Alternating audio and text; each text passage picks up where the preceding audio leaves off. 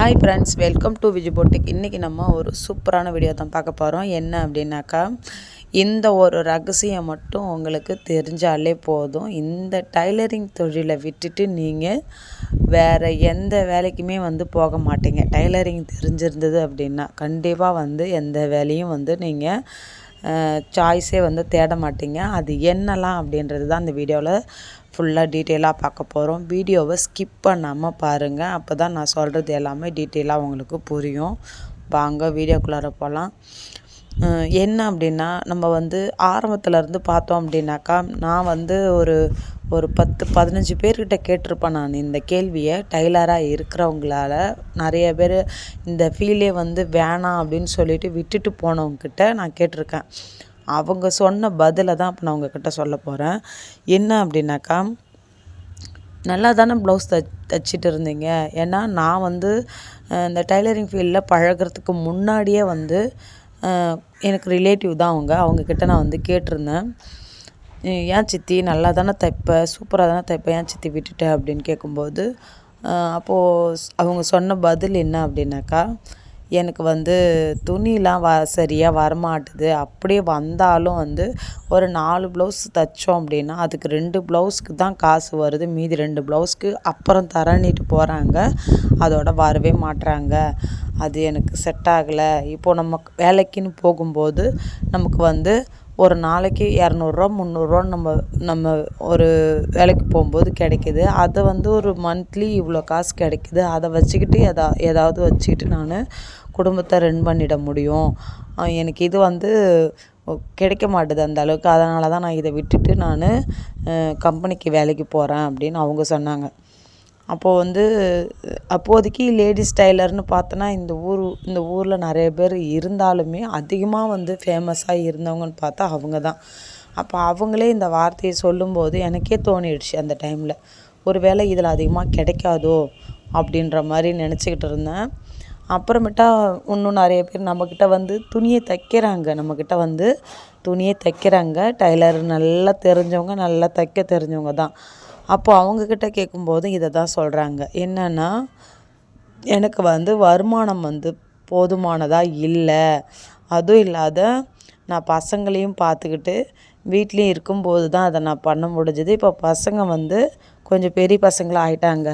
அதனால் நான் கம்பெனிக்கு வேலைக்கு போகிறேன் அப்படின்ற மாதிரி ஒவ்வொருத்தவங்களுக்கு ஒரு பதில் வரும் இல்லையா? அந்த மாதிரி ஒவ்வொருத்தவங்க ஒரு மாதிரி சொல்லியிருந்தாங்க. ஆனால் அவங்கக்கிட்ட நான் எப்படி இதிலேருந்து நான் என்ன எடுத்துக்கிட்டேன் அப்படின்னாக்கா, எதையுமே நம்ம மேலோட்டமாக பார்த்தோம் அப்படின்னா அது கண்டிப்பாக நமக்கு ஒரு பாசிட்டிவான ஒரு எனர்ஜி தருமான்னு கேட்டால் கண்டிப்பாக கிடையாது. எந்த ஒரு விஷயம் நடந்தாலுமே அந்த விஷயத்தை நம்ம அதை எடுத்துக்கிட்டு போகிற முறையில் தான் இருக்குது. அது நமக்கு பாசிட்டிவாக ஆகிறதும் நெகட்டிவாக ஆகிறதும்.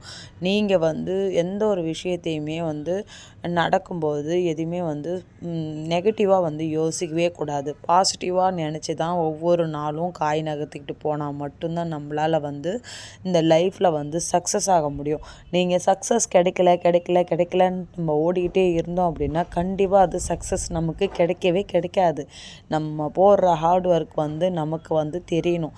நம்ம ஹார்ட் ஒர்க் போடுறோம், நமக்கு அதுக்கான பலன் கிடைக்குது அப்படின்றத நம்ம தெரிஞ்சுக்கிட்டால் மட்டும்தான் நம்ம இந்த டைலரிங் ஃபீல்டியாக இருந்தாலும் சரி தான். இல்லை நீங்கள் ஒரு கம்பெனிக்கு வேலைக்கு போகிறீங்க, நான் மாதம் எனக்கு இப்போ ஒரு 10,000 நான் சம்பளம் வாங்குகிறேன், ஒரு 7,000 சம்பளம் வாங்குகிறேன், ஒரு 5,000 நான் சம்பளம் வாங்குகிறேன் அப்படின்ற ஒரு மனசுக்குள்ளார ஒரு எய்ம் வச்சுருக்குறவங்களா இருந்தாலும் சரி தான். எதுவுமே சரி தான். நம்ம மனசில் ஒரு குறிக்கோளை வச்சுக்கணும். அந்த குறிக்கோளுக்கு ஏற்ற மாதிரி நம்ம யோசிச்சுக்கிட்டு ஒவ்வொரு விஷயத்தையும் நீங்கள் ஸ்டெப் பை ஸ்டெப்பாக நீங்கள் யோசித்து ஒவ்வொரு அடியும் எடுத்து வைக்கும்போது கண்டிப்பாக அதில் ஒரு சக்ஸஸ் கண்டிப்பாக கிடைக்கும். நீங்கள் அதை யோசிக்காமல் நீங்கள் எனக்கு இந்த டைலரிங் ஃபீல்டில் எனக்கு போதுமான அளவுக்கு எனக்கு வருமானம் கிடைக்கல, எனக்கு செட் ஆகலை, எனக்கு கஸ்டமர் இல்லை அப்படின்ற மாதிரி நிறைய பேர் ஒவ்வொருத்தவங்க ஒரு மாதிரி சொல்கிறாங்க. இது உங்களுக்கும் இந்த மாதிரி விஷயம்லாம் நடந்திருக்கா அப்படின்றதுமே நீங்கள் சொல்லுங்கள். நீங்கள் சொல்கிற பிரச்சனைகளை எல்லாமே நானும் ஃபேஸ் பண்ணி தான் வந்திருக்கேன். அப்போது நீங்கள் வந்து அதை வேணான்னு தூக்கி போட்ட விஷயத்த நான் அதை கையில் எடுத்துக்கிட்டேன். ஏன்னா உங்களால் முடியாதுன்னு சொன்ன விஷயத்த நான் முடிச்சு காட்டுறேன் அப்படின்னு எனக்குள்ளார நான் ஒரு மன தைரியத்தை வர வச்சுக்கிட்டேன். கண்டிப்பாக வந்து நம்ம மனசுக்குள்ளார நம்ம ஒரு மோட்டிவேஷனாக நம்ம ஒரு மன தைரியத்தை எடுத்து வச்சோம் அப்படின்னா கண்டிப்பாக அதுக்கு ஒரு சக்ஸஸ் வந்து இருக்கும். 100% சொல்கிறேன், அதில் நமக்கு சக்ஸஸ் இருக்கும். நீங்கள் வந்து நம்மளால் முடியாது, இது வாய்ப்பே இல்லை, நமக்கு இது செட் ஆகாது அப்படின்னு சொல்லிவிட்டு நீங்கள் வேறு ஒரு ஃபீல்டில் அதாவது டைலரிங் தொழிலை விட்டுட்டு உங்களுக்கு சம்மந்தமே இல்லாத ஒரு ஃபீல்டில் வந்து நீங்கள் ஜாபுக்கு வந்து போகிறீங்க. இப்படி இருக்கிறவங்களா போய் கேட்டு பாருங்கள். இப்போ நீங்கள் அதில் போயிருப்பீங்க, அதில் நீங்கள் என்ன சக்ஸஸ் அடைஞ்சிங்கன்னு கேட்டு பாருங்கள். கண்டிப்பாக வந்து எந்த ஒரு சக்ஸஸுமே அடைஞ்சிருக்கவே மாட்டாங்க. இதில் அப்படி கிடையாது. நீங்கள் இந்த டைலரிங் தொழில் பழகுறீங்க, இதில் என்னென்ன பெனிஃபிட் இருக்குதுன்னு உங்ககிட்ட நான் சொல்கிறேன், நல்லா தெரிஞ்சுக்கோங்க.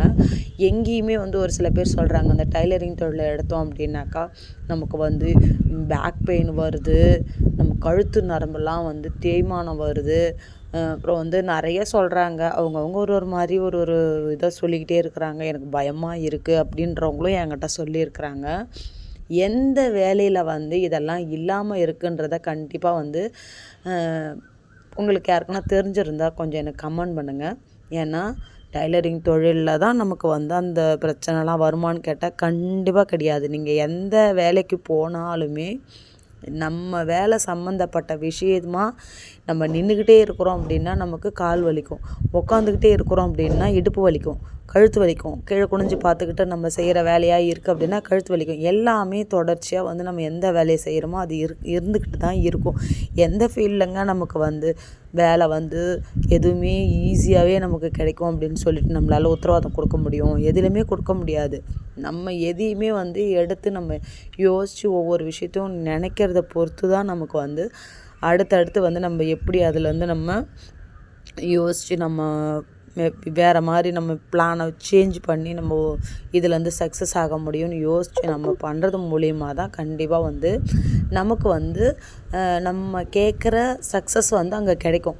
எதையுமே யோசிக்காமல் எதையுமே இது பண்ணாமல் நமக்கு வந்து பேசிக்காக நம்ம பார்க்கும்போது இதெல்லாம் நமக்கு சரிப்பட்டு வராது, இது நமக்கு வருமானம் தரக்கூடிய விஷயம் கிடையாதுன்னு அப்படின்னு யோசிக்காதீங்க. இன்றைக்கி நான் பார்த்த வரைக்கும் எனக்கு தெரிஞ்ச வரைக்கும் நான் வந்து ஒரு சில பேர் பார்க்குறேன், டைலரிங் பழகும்போதே கஸ்டமரை பிக்கப் பிக்கப் பண்ணிவிட்டு வீட்டில் இருந்துக்கிட்டே மணி ஏர்ன் பண்ணுறாங்க. இது எனக்கே தெரிஞ்ச விஷயம். இன்றைக்கி வந்து வீட்டுக்கு ஒரு டைலர் உருவாயிட்டாங்க. அந்த டைலர் உருவானாலுமே எல்லாராலையுமே ஏன் சக்ஸஸாக ஆக முடியல அப்படின்னு பார்க்க போனால் இதுதான் ரீசன். நான் கற்றுக்கிட்டு நான் எனக்கு மட்டும் தைச்சா போதுன்ற ஒரு மைண்ட் செட்டில் போய் கற்றுக்கிட்டு அவங்க தைக்கிறாங்க. அவங்களுக்கு வந்து பேக் பெயின் வருது, இதெல்லாம் யோசிச்சுக்கிட்டு உடம்பு வலி வருது, என்னால் முடியல, அது ஒரு மாதிரி ப்ளஷராக இருக்குது, எனக்கு செட் ஆகலை, நான் போய் ஒரு 100 ரூபா கொடுத்து நான் வெளியிலே ஒரு ப்ளவுஸ் தைச்சி நான் போட்டுக்கிறேன் அப்படின்ற ஒரு மைண்ட் செட்டுக்கு அதோட தேர கட்டிடுறாங்க. மிஷின் ஒரு மூலையில் துருப்பிடிச்சி வீட்டில் ஒரு பொருள் மாதிரி அதுவும் கிடக்கு. இப்படி தான் நிறைய பேர் பண்ணுறாங்க. அது நல்லா எனக்கு தெரியுது. ஏன்னா மிஷின் இல்லாதவங்ககிட்ட கேட்டு பாருங்களா, அவங்களுக்கு தெரியும் அதனுடைய கஷ்டம். இந்த மிஷின் என்கிட்ட இருந்ததுன்னா நான் வந்து இதை பண்ணுவேன் அப்படின்னு அவங்க சொல்லுவாங்க.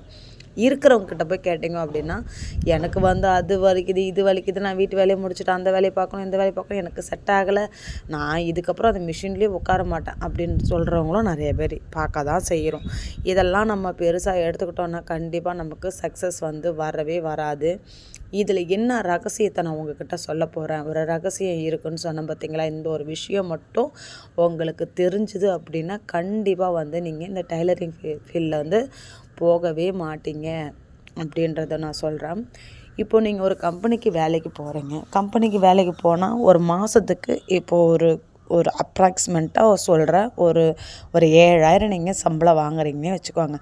அந்த 7,000 சம்பளம் மாதம் முழுதும், அதாவது 1ஆம் தேதியிலேருந்து 30ஆம் தேதி வரைக்கும் போனால் தான் உங்களுக்கு 7,000 சம்பளம் கிடைக்கும். ஆனால் நீங்கள் இதில் வந்து ஒரு நாளாவது லீவு போட்டுட்டீங்க, எப்படியோ வந்து ஏதோ ஒரு சுச்சுவேஷனில் உடம்பு முடியாமல் இருக்கலாம், எங்கேயும் வெளில போகிற சுச்சுவேஷன் வரும். அப்போது அதெல்லாம் வந்து தவிர்க்க முடியாது. அப்போ அதெல்லாம் நம்ம லீவு போடுற மாதிரி இருக்கும். அப்படி லீவெலாம் போட்டோம் அப்படின்னா 6000 6500 வரும். இதுதான் உங்களுடைய மாத சம்பளத்தோடைய வருமானம். அதே வேலையை நம்ம வந்து வீட்டு வேலையும் முடிச்சுட்டு நமக்கு வேணும்னா ரெஸ்ட்டும் எடுத்துக்கிட்டு நம்ம வந்து ஒரு நாளைக்கு 4-5 ப்ளவுஸ் தைச்சா போதும். 4 ப்ளவுஸ் சொல்கிறேன் சிஸ்டர், 4 ப்ளவுஸ் தைச்சாலே போதும். 4 ப்ளவுஸு புடவை ஓரம் அடிக்கிறது இருக்குது, சாரீக்கு ஃபால்ஸ் வைக்கிறது இருக்குது, நெக்ஸ்ட்டு நைட்டி பாவாடை இதெல்லாம் ஓரடிக்கிறதுக்கு வந்துச்சுன்னா அதையுமே பண்ணலாம். கண்டிப்பாக சொல்கிறேன், ஒரு நாளைக்கு 600லேருந்து இல்லை ஒரு 1000 வரைக்கும் நீங்கள் கண்டிப்பாக ஒரு நாளைக்கு நீங்கள் சம்பாதிக்க முடியும். அப்படி நீங்கள் ஒரு நாளைக்கு 1000 500 இல்லை 600 இப்படி சம்பாதிக்கிறீங்க அப்படின்னா கண்டிப்பாக சொல்கிறேன் 20,000க்கு மேலே தான் நீங்கள் வந்து ஒரு மாதத்துக்கு நீங்கள் வருமானம் எடுக்க முடியும். நீங்கள் வந்து இதை யோசிச்சிங்க அப்படின்னா கண்டிப்பாக நீங்கள் வந்து இந்த ஃபீலை வந்து விட்டுட்டு போகவே மாட்டீங்க. நான் ஆரம்ப ஸ்டேஜில் எனக்குமே வந்து நீங்கள் சொல்கிற மாதிரி ஸ்ட்ரகிள்லாம் வந்துதான்னு கேட்டால் கண்டிப்பாக வந்தது. ஆனால் அதுக்கோசரம் நான் மனம் தளர்ந்து போகவே இல்லை.